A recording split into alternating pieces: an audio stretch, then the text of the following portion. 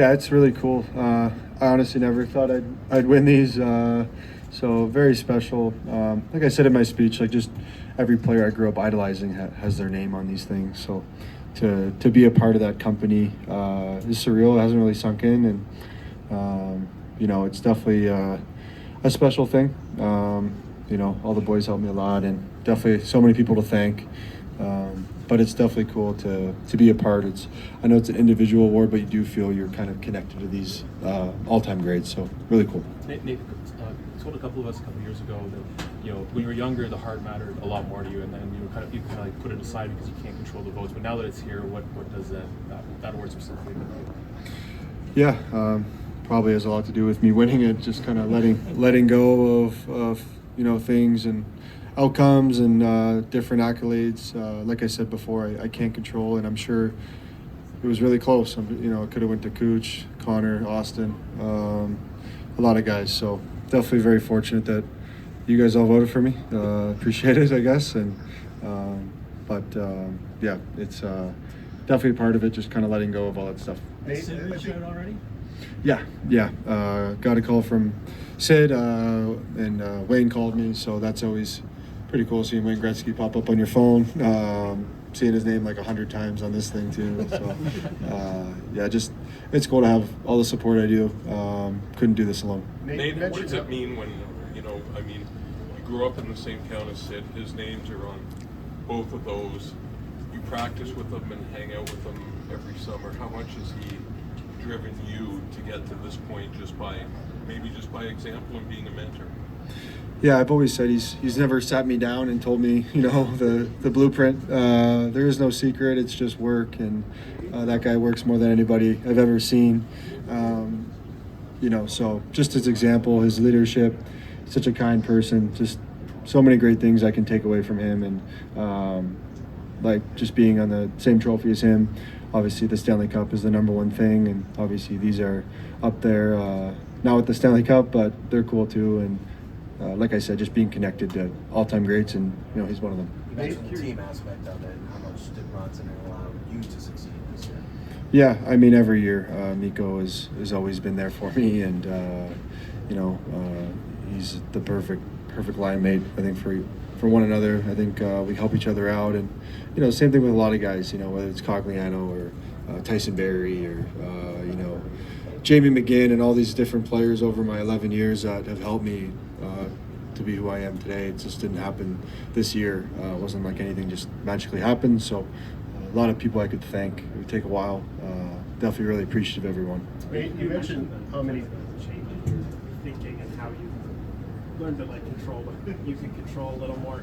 How did you get to that point? What things did you do to make it so it wasn't such a big deal? Yeah, I mean, I guess I was never.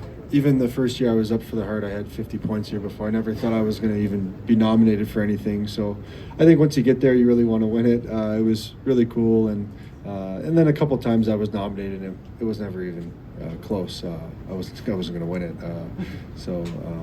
But yeah, I just think I just wanted to enjoy my weekend or week here, and I just didn't know what was going to happen. But obviously, being a competitive guy, you want to win anything you can, and definitely cool to win these. Does it feel better for you knowing you got the Hart Trophy is voted by media, the Ted Lindsay's voted by your peers, just knowing you got both of those, does it feel a little bit better to reaffirm the season you had? Yeah, I mean, the Ted Lindsay's really cool too. Just, you don't know what guys really think about your game. When I vote for the Ted Lindsay, I do every year, and I just think you put so much thought into it. The guys that you see on TV and you play against, so super cool. Honored that the boys in the league really like my game, and definitely super respectful of everyone in the league. So definitely an honor as well. Four Nations gets the first 6 players for Four Nations gets announced tomorrow. Just the prospect, hypothetically, of getting the chance to actually play with Sid, being from the hometown and that representing the country.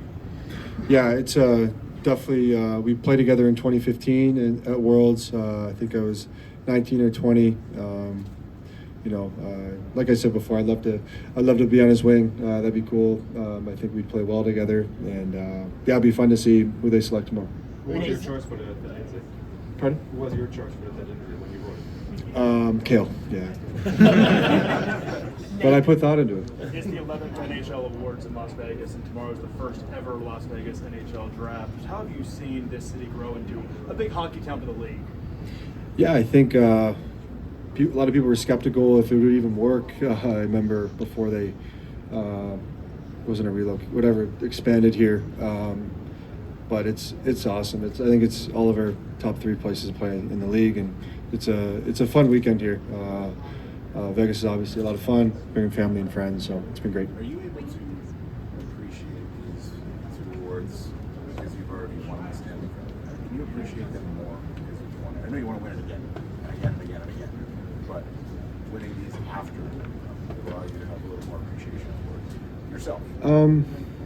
I don't know. I'm not in that position, I guess, but I definitely think winning these without a cup, I'm sure guys would just think about the cup, and I do too. But it's obviously nice that we're all on that trophy, and this is just obviously not as great of a feeling. Obviously, I'm not celebrating with 30 people right now, and achieving a season-long dream and lifelong dream. But obviously, it's still a huge honor, and being with my family and friends, I get to share with them, so it's great. Nate, one of the things that's going to define your play during your career, just the level of intensity you bring. Jared Bednar's mentioned how you're willing to call out teammates and coaches to make everyone better.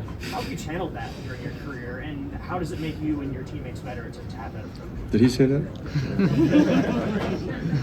I don't know what he's talking about. Definitely. I always like playing with guys who are fiery, and you have to try to tame them a little bit, then try to get guys going. I think, I'm definitely taming myself every day, trying to tame myself, and I just get so invested in it, and I love the day-to-day grind of the NHL, and I think that's why I'm sitting here right now. I do love to work, and I love the process of things, and I love guys who are like that, and we have a lot of guys on the team that are like that. So. But yeah, definitely trying to shape my approach for sure. Nate. Previous times you were up for the Hart, you said, you didn't think it wasn't close. Did you think you were going to win this time? Yeah, I thought I had a chance in 2018, and then I thought I had a chance tonight. So, the other years, I think Connor had like 50 more points than me or something, so it wasn't that close. I thought I had a chance and didn't know. I mean, Cooch and Connor had unbelievable seasons, 100 assists each and everything, so I really didn't know, so definitely cool winning. When did these awards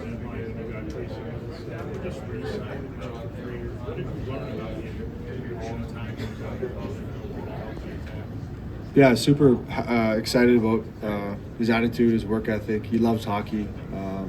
He loves talking hockey. Not everyone does that, believe it or not, but he loves the game, and he's fun to be on the ice with and do drills with, and he had a great playoffs for a guy who's never been there before, especially against Winnipeg. He was our best player a lot of nights, so fun to have him back for 3 years. I'm sure he'll feel better next season. He knows the players, everything, so yeah, great guy, great player.